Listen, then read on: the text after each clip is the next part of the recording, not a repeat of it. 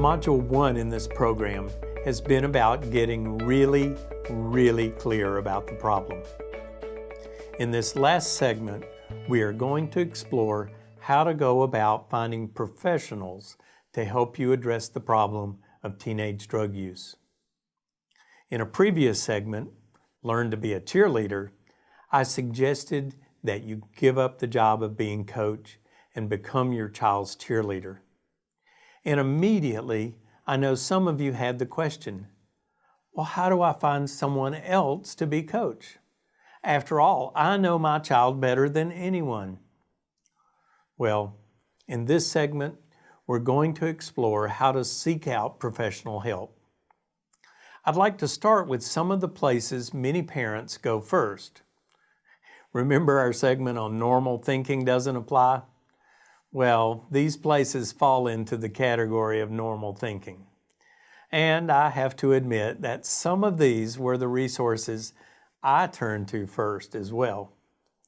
The problem is they usually provide little help. And worse yet, because we think we're getting help, we stop looking for solutions. And meanwhile, the problem is getting worse. The main reason that we go looking for solutions in the wrong places is because we haven't gotten clear about the real problem.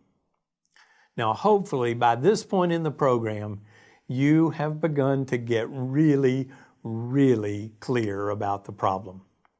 A problem involving drug use requires a professional that understands drug use.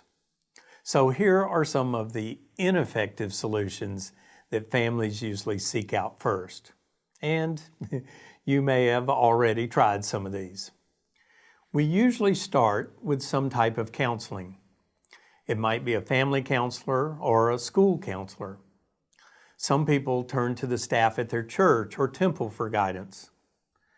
And while each of these professionals may be well-trained and very competent, they usually aren't equipped to deal with the drug problem. So when this provides a little help, we often turn to addressing their bad behavior. And we look into private schools, boarding schools, or in some cases, military academies. Again, while these institutions can be excellent at what they do, they aren't designed to address a drug use problem. And then to complicate matters even further, we often turn to a psychiatrist.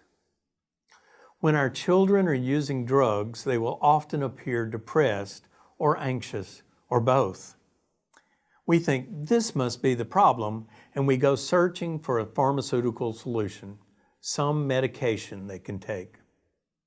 And once again, we are chasing a solution to the symptoms of the problem and not the real problem. So where can we start that's more effective? Step 1. Let's start with seeking out a professional who is specifically trained to deal with teenage drug use. That person is often referred to as an addiction counselor. Now, don't get hung up on the name. Just because you seek help from an addiction counselor doesn't mean that your child is a drug addict. It simply means that you acknowledge that your child has some sort of drug problem, and that you're smart enough and willing enough to seek out the appropriate professional help. That's step 1. Step 2, make an appointment for yourself, not your child. Tell them that you think your teenager is using drugs and that you would like to talk with someone to better understand what to do. And when you meet with them, tell them everything that's going on. Remember our segment on denial? This is not the place to hold back details and minimize the problem. It might help if you approach this meeting more like an interview. You are interviewing a new coach to help your child. Do they seem to have the necessary understanding of the problem? Have they successfully helped other families with this same problem? Do I think I can trust them to help my child with their drug use problem? I suggest that you talk with more than one person. And I also suggest that you listen with your heart. In my own personal experience, I had talked with 2 different counselors, and I was drawn more to Counselor B, but my heart was telling me that my son would probably relate more to Counselor A. I listened to my heart. Now, I'll never know what might have happened if I'd chosen Counselor B, but I do know that my son connected with Counselor A, and that relationship was very instrumental in turning his drug problem around. Okay, so now you know where to start. Now, there's a whole lot more I can say about seeking professional help, and I will in a later module. But I'm going to stop here for the moment. Part of our problem has been that we rush into a solution without really understanding the problem. And I know that you may be thinking, but my child needs help now. And Donna and I are going to help you find the appropriate individuals or programs for your child. But no more chasing after one thing and then another and wasting time here and wasting money there. Getting the appropriate help for your family starts with getting really, really clear about the problem. This entire Module 1 has been about getting clear about the problem. So let's recap what we've covered so far.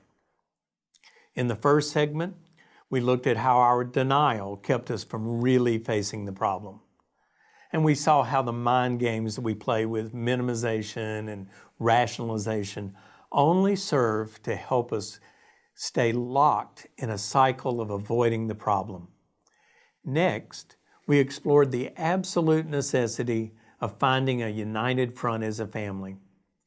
We learned that we must stop arguing and start working together if we want to help our teenager. Donna then shared how it's not about tough love. It's about maintaining a relationship with your teenager that encourages change. We then reviewed what's working for others and, just as important, what's not working for others. If it's not working for others, it probably won't work in your family either. And if others are finding effective ways of dealing with their teenagers' drug use, then you should probably sit up and take notice. If it's working for them, it will probably work for you too. And then I introduce you to the idea of learning to be your child's cheerleader. That when it comes to teenage drug use, you just do not have the skills to be coach anymore. Donna explained the importance of making recovery from drug use the #1 priority. And now, we have just explored the first steps in getting professional help. I know that all this is a lot to take in, and it can be overwhelming. Some days you want to just pull the covers over your head and stay in bed all day. Or you just run off to work and get lost in the day's activities. Denial kicks in, and we hope that this will just go away or get better on its own. And yet we know that we are only deceiving ourselves. Getting really, really clear about the problem takes courage.